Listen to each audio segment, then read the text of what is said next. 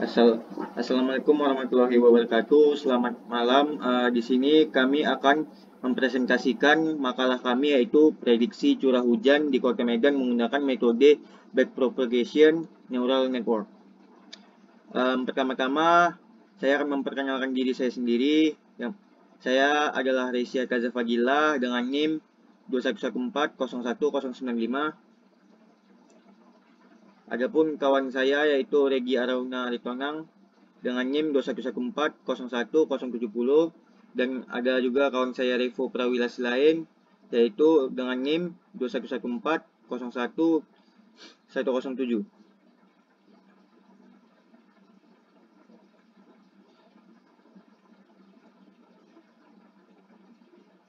Oke, pendahuluan latar belakang. Secara umum pola musim di Indonesia dikenal dengan pola monsun. Pola monsun ini sangat dipengaruhi oleh angin monsun yang menghasilkan dua musim, yakni musim hujan dan musim kemarau. Puncak musim hujan terjadi pada bulan Desember, Januari, dan Februari, sedangkan puncak musim kemarau terjadi pada bulan Juni, Juli, dan Agustus. Kondisi cuaca sangat berpengaruh dalam kehidupan sehari-hari seperti dalam bidang pertanian, transportasi, dan industri. Maka dari itu, pengamatan terhadap kondisi cuaca, khususnya kondisi curah hujan, sangat penting dilakukan. Besarnya curah hujan yang terjadi tidak dapat ditentukan secara pasti, namun dapat diprediksi atau diperkirakan dengan menggunakan data historis besarnya curah hujan beberapa waktu yang lampau. Maka dapat diprediksi berapa besarnya curah hujan yang terjadi pada masa yang akan datang. Banyaknya cara yang dapat dilakukan untuk memprediksi besarnya curah hujan di suatu tempat. Salah satunya adalah menggunakan teknik jaringan saraf tiduran, artificial neural network. Lanjut ke bab 2.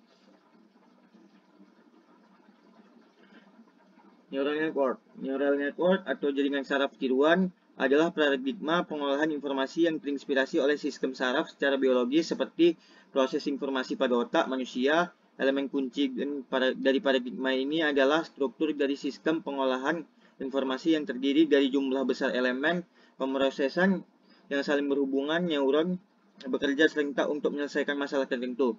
Cara kerja CST seperti cara kerja manusia, yaitu belajar melalui contoh lapisan-lapisan penyusun. JST dibagi menjadi tiga, yaitu lapisan input layer, lapisan tersembunyi hidden layer, dan lapisan output. Metode backpropagation.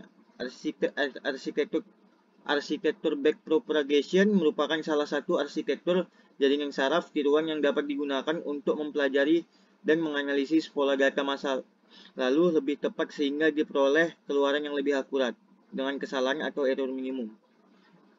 Selanjutnya, metode penelitian akan dibacakan oleh Regi.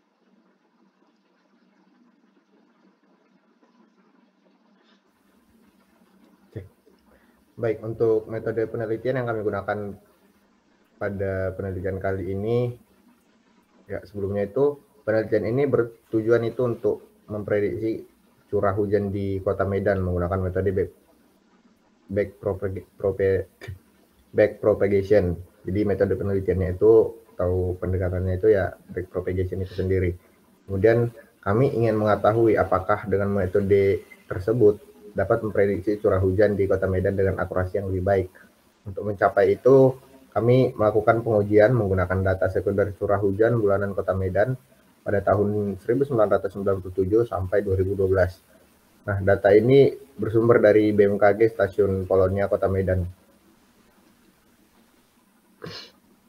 Nah, untuk prediksi curah hujan dengan metode backpropagation neural network itu adalah sebagai berikut, yaitu yang pertama itu kita memisahkan data yang digunakan sebagai alat ataupun data pelatihan dan data uji. Kemudian data curah hujan pada saat 1997 sampai 2008 akan digunakan sebagai pelatihan selama perancangan neural network-nya sendiri, sedangkan 2009 sampai 2012 itu digunakan sebagai data pengujian. Kemudian untuk desainnya, desain dari neural network itu memprediksi curah hujan bulanan dimulai dengan menentukan banyaknya data yang dimasukkan, data masukan yang digunakan untuk si penelitiannya itu tadi. Nah, banyaknya layer tersembunyi atau hidden layer yang digunakan dan banyaknya keluaran yang diinginkan. Data yang digunakan sebagai masukan sebanyak 8 data. Awalnya itu adalah 8 tahun. Dan data keluaran atau target adalah data pada tahun ke-9.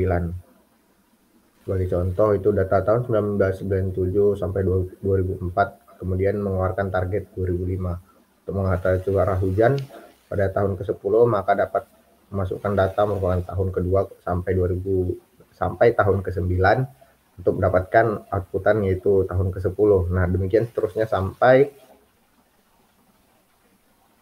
neural network itu bisa memprediksi si curah hujannya tadi. Nah, untuk polanya itu bisa dilihat seperti ini. Dia mirip seperti sebuah jaringan neural ataupun saraf yang memiliki banyak layer-layer tersembunyi di baliknya.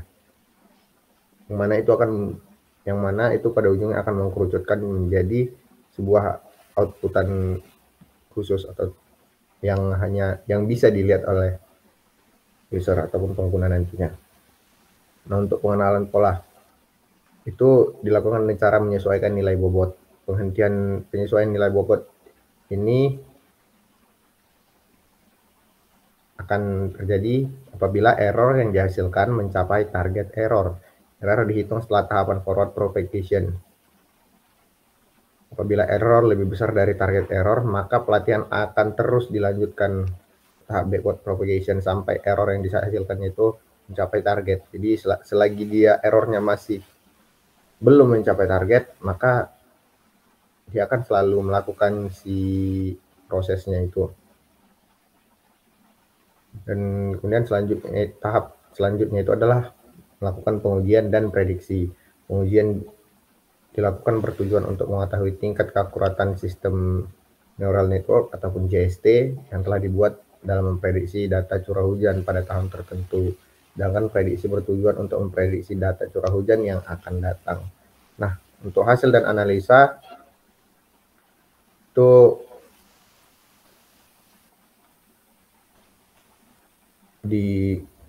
sudah dilakukan pengujian yang telah berjalan dengan baik. Yaitu untuk tabel pertama di mana 8 tahun pertama menghasilkan outputan di tahun ke-9. Sebagai contoh itu tahun 1997 sampai 2004 itu akan menghasilkan data dengan target yang seperti di 2005. Kemudian 1998 sampai 2005 akan menghasilkan target 2006. Begitu terus selanjutnya sampai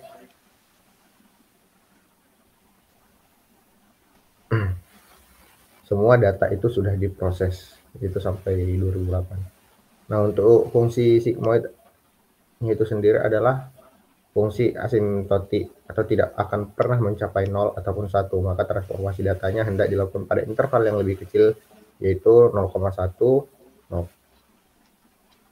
sampai 0,8. Itu ditunjukkan pada persamaan x aksen sama dengan 0,8 dikali x kurang a per a tambah 0,1. Nah, a-nya itu sendiri adalah data minimum si b-nya. A-nya itu adalah data minimum. Nah, B adalah data maksimum.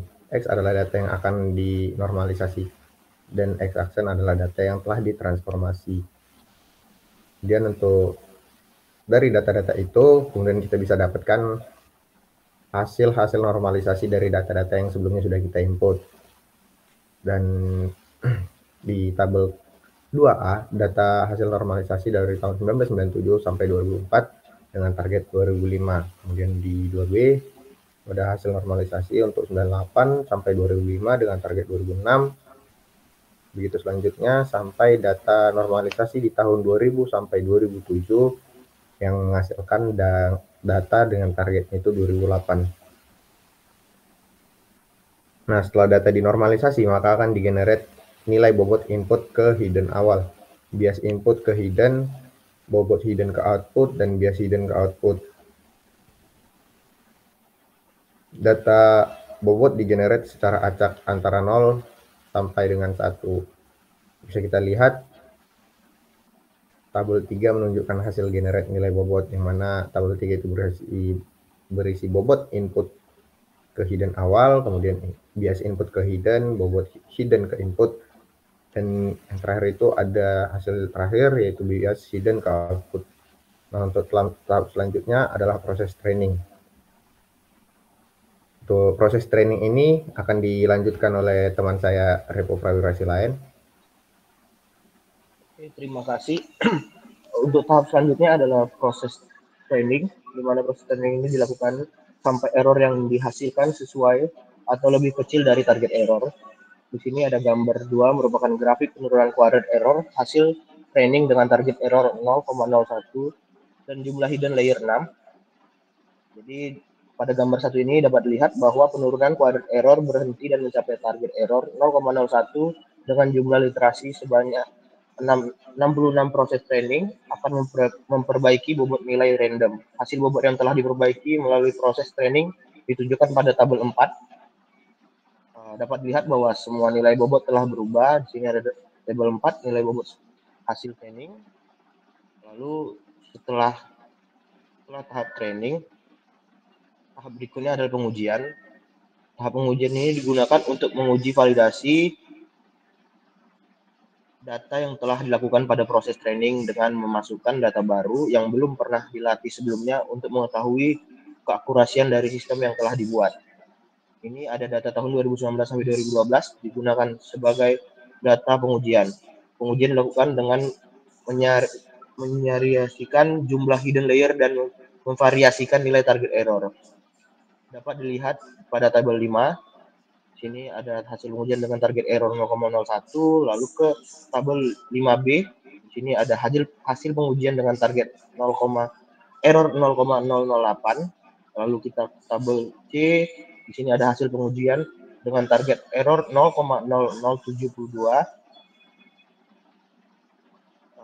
Lalu pada tabel A dapat dilihat bahwa pengujian dengan jumlah hidden 5 memiliki akurasi yang lebih baik daripada pengujian menggunakan hidden 6, 7, dan 8, yaitu 26,44%.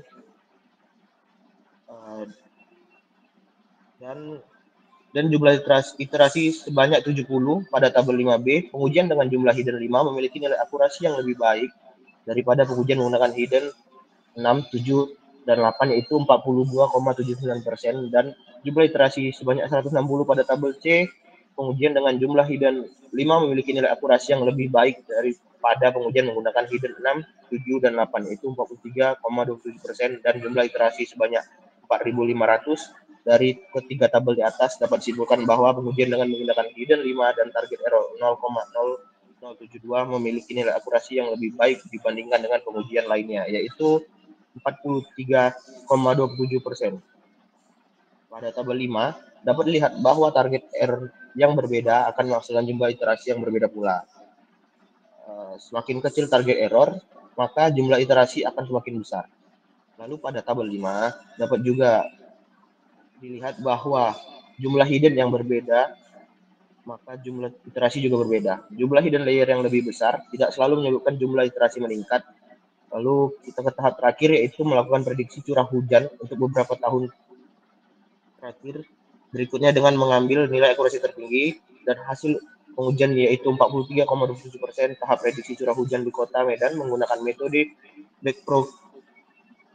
backpropagation neutral network menggunakan data input tahun 2005 sampai 2012. Hasil prediksi hujan di Kota Medan dapat dilihat pada tabel 6. Di sini ada tabel 6 prediksinya. Lalu pada tabel 6 dapat dilihat bahwa rata-rata curah hujan tertinggi pada tahun 2013 terjadi pada bulan 5, tahun 2014 terjadi pada bulan 11, tahun 2015 terjadi pada bulan 10, tahun 2016 terjadi pada bulan 8, dan tahun 2017 terjadi pada bulan 8.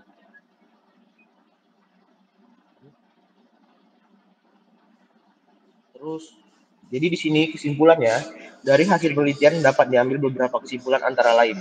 1. Pengujian dengan hidden 5 memiliki akurasi yang lebih baik dibandingkan dengan hidden 6, 7, dan 8.